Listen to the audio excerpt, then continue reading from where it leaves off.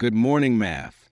This time, we have a problem where x and y are positive real numbers, and we want to find the minimum value of x plus y plus 2 divided by the sum of x and y plus 1 divided by 2xy, and also the values of x and y when this minimum occurs.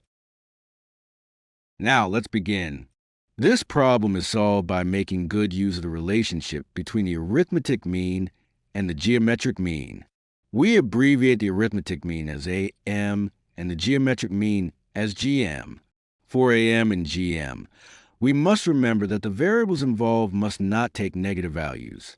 For two variables, we have a relationship that the average of x and y is greater than or equal to the square root of xy. An equality holds when x equals y. For three variables, we have the relationship that the average of x, y, and z is greater than or equal to the cube root of x, y, z. An equality holds when x equals y equals z. The same kind of relationship holds even when we have 4 variables or 5 variables. Now, in this problem, the first part, x plus y plus 2 divided by the sum of x and y, has a form where the AM-GM inequality can be applied easily. However, the last term, 1 divided by 2xy, is difficult to handle. How we treat this term is the key. To use the AM-GM relationship for the expression 1 divided by 2xy, it is helpful to create the expression x divided by 2 plus y divided by 2 plus 1 divided by 2xy. With this expression, we can compare with 3 times the cube root of the product of x divided by 2, y divided by 2, and 1 divided by 2xy, and the number inside the cube root becomes a constant. With this idea, we can rewrite the original expression by separating the first x plus y into 2 copies of the average of x and y. Then, by applying the AM-GM inequality separately to the first 2 terms and to the next 3 terms, we obtain relationships like the one shown here. The first part becomes 2, and the second part becomes 3 divided by 2. So the entire expression is at least 7 divided by 2. However, from this alone, we cannot conclude that the minimum value is 7 divided by 2. So far, we have only shown that the expression is at least 7 divided by 2. We have not shown that it can actually reach 7 divided by 2. To establish that the minimum value is 7 divided by 2, we must show that there exist values of x and y for which equality holds.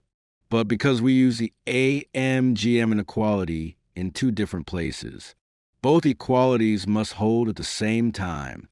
We cannot know whether such x and y exist without actually calculating. If such values did not exist, then this method would not give us the minimum value, and we would need to consider another method. But there is no need to worry. There do exist values of x and y that satisfy both equalities. Let us carry out the calculation. As stated earlier, equality in the AM-GM inequality holds when all the terms being added are equal. For the first AM-GM inequality, equality holds when the average of x and y equals 2 divided by the sum of x and y. When we clear the denominator and solve this equation, we find that the sum of x and y must be equal to 2.